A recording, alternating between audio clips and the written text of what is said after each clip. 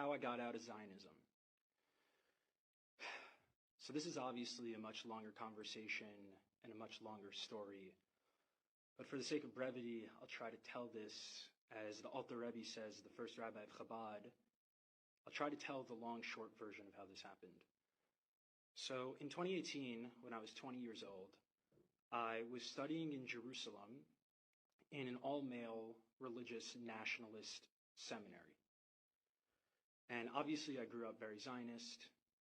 And while I was there, I started having questions about the entire population that existed beyond these walls.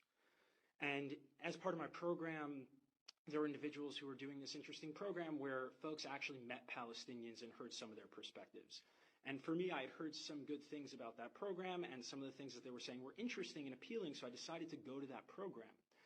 And I remember it was a Friday before Shabbos, and I was sitting there at 9 a.m. in Jerusalem, and a Palestinian man had come to speak to us. And he was describing how he had to get up at 4:30 a.m. to make it to Jerusalem at 9 a.m. Even though he lived in Ramallah, which is only like 7 miles away. So obviously my brain goes, well, that doesn't make any sense. Surely it shouldn't take you more than 4 hours to go 7 miles. And then I listened how he proceeded to talk about the system of checkpoints, how he had to get on a separate bus, how he had to make the calculation of whether it made more sense for him to stay on the bus, knowing that if he's on the bus, he could be kicked off the bus at the checkpoint and go to the back of the line, or if it just made sense to just wait on the non-bus part of the checkpoint to get through to make sure that he got here in time, to speak to a bunch of Zionist Jews to try to convince them that Palestinians were human. So after the lecture, I went up to him, I was like, dude, this is fucked up. What is going on here? Why did no one tell me about this? And I was like, can you just I didn't even know I was like, more, just more. Tell me more. He took out his ID card and he's like, yeah, I actually have to head back now because if I'm not back by a certain time, my provisional travel status is going to get revoked and I won't be able to leave Ramallah again. And it doesn't matter if the checkpoints held me up. And the checkpoints could take 3 to 4 hours. So I need to head back now. I'm like, dude, it's 10:30 or 11 o'clock. He's like, I can't take any chances. I'm not risking this getting revoked. So I said to him, I was like, I need to know more. He said, well, why don't you come with me to Ramallah? So I'll tell you, the first thought that rose in my mind, it was rising and it said, if I go, you will kill me. Because that was the way I was conditioned. Growing up, for me, Palestinians were terrorists. There was no possibility that a Palestinian was human, and certainly no possibility that Palestinian resistance had nothing to do with Jewish folks, but had to do with the fact that there were settlers kicking Palestinians off their land, upholding apartheid, ethnic cleansing, and genocide. So as that thought was rising, there was another voice in me, and I think this voice is a deep ancestral voice, and to this day, I'm amazed at myself that I was able to challenge all of my conditioning with the second voice, a deeper voice, a deeper knowing. And that voice immediately said, well, you've been told your whole life that this person was going to kill you and that this person was a terrorist and he wasn't human. And he's standing right in front of you and he's the exact opposite of those things. In that moment, I didn't vocalize that thought and I called bullshit and I said, yeah, I'll come. I'll come. I need to see it for myself. Now, as a Zionist kid growing up, this was unheard of. The thought that I could go to a Palestinian town and come back in anything less than a body bag was absurd. But he said, you got to come in the next couple of days. So this was Friday. So I had Shabbos in Yerushalayim. And then Sunday is a work day in the Israeli settler colony. So I went to yeshiva. I went to Gemara in the morning. I think we were holding in Kedushin.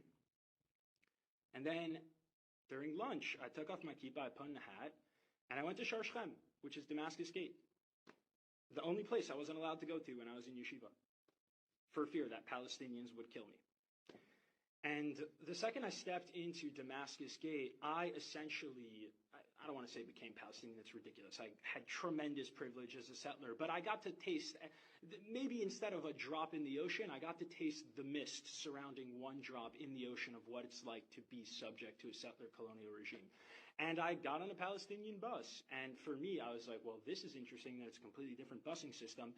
But even more than that, it's like I, all of a sudden, was with the people who were supposed to kill me, and in fact, the very opposite happened, where when I was on a Palestinian bus, all of a sudden my sense of identity and belonging started to become Palestinian in terms of my sense of where my safety lies, and my sense of threat immediately became, holy shit, I'm on a Palestinian bus, I am being read as Palestinian in a fucking genocidal settler colony. I am about to go through an hour and a half of military checkpoints in knowing that this occupying army can do whatever they want to me, and the only protection I have is an American passport, which is way more than any Palestinian has, and I was still terrified. And I remember the process of just like this image of a Palestinian father being comforted by his daughter. This man's probably 65 years old, and just me just realizing in that moment, like, the deep humiliation that this person had to undergo. And he was someone privileged who was able to leave Ramallah to Jerusalem. And I remember just going through the Columbia checkpoint, IDF soldiers coming on, harassing us. And I remember going into the Columbia checkpoint and being on the inside of the wall and seeing the beautiful graffiti and seeing that there was a graffiti of someone, a kid with a slingshot. And my Jewish brain at the time said, wow, this is amazing. The Quran and the Torah are so similar. They also have an image of King David with a slingshot. And then after that, the bus kept going, and the slingshot was pointed at an IDF soldier. And that's when it started to crumble for me, where I said, wait a second, who's who here? Who's David and who's Goliath? These are the same rocks that my ancestors used to resist oppression. And now these rocks of Palestine are being used by Palestinians to resist oppression too. And we have become our worst nightmare. I remember sitting in a bar in Ramallah. Sorry, the Israeli security apparatus, I don't remember who it was, but if you could find him for me, that'd be lovely, because I dearly miss him, and he changed my life. I remember sitting in bar in Ramallah, and this person just explaining to me, this beautiful Palestinian human just explaining to me, being so patient with me, speaking to a Zionist settler, speaking to me and just saying, like, dude, like, most people here have never seen Jerusalem. I'm like, what are you talking about? It's literally right there. It's like you have to be a male and 65 or older, or women 55 or older, or you need to have someone sponsor you for a work permit, but the only way they can sponsor you, there has to be an Israeli, and how the fuck is an Israeli going to sponsor you if they don't even know you exist because you're behind the wall? Again, maybe the regulations have changed. This was my experience 5 years ago. It's probably gotten worse. And I remember him saying to me, he said, Shlomo, what would you do? What would you do if your entire life, the only person of the occupying army that you saw, and the only interaction you ever had with Jews were IDF soldiers who came in and raided you and arrested you in the middle of the night, put you under administrative detention, tear gassed your homes, cut off your water and electricity, arrested a bunch of your friends, and killed you and harassed you? He said, what would you fucking do? And I said, if you don't think that I would resist with every single fiber in my being, as long as I was alive, to liberate myself from this colonial hell, you are out of your fucking mind. I said, how dare you even ask me what I would do? I said, do you know my ancestry? Do you know who I come from? Do you know that my lineage? My grandfather survived Auschwitz, Reb Shimon Bar Yochai, Hanukkah. You think I wouldn't fight back? That was after 6 hours. Can you imagine what 18 years, what 30 years does to the psyche of someone like that?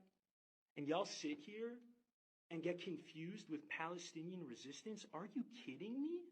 All that shows me is that A, you have no idea what the settler colony of Israel is, and B, it's disrespectful. You're disrespecting yourself because you're telling me that if you were in that position, you wouldn't fight back and you would willingly die. And that tells me that if I was in Auschwitz with you and we were in the bunkers, you wouldn't resist our Nazi captors. And that is someone I don't trust. So let's fucking get it together and start telling the truth and take this seriously. Let's fucking free Palestine for all people, everyone on the land.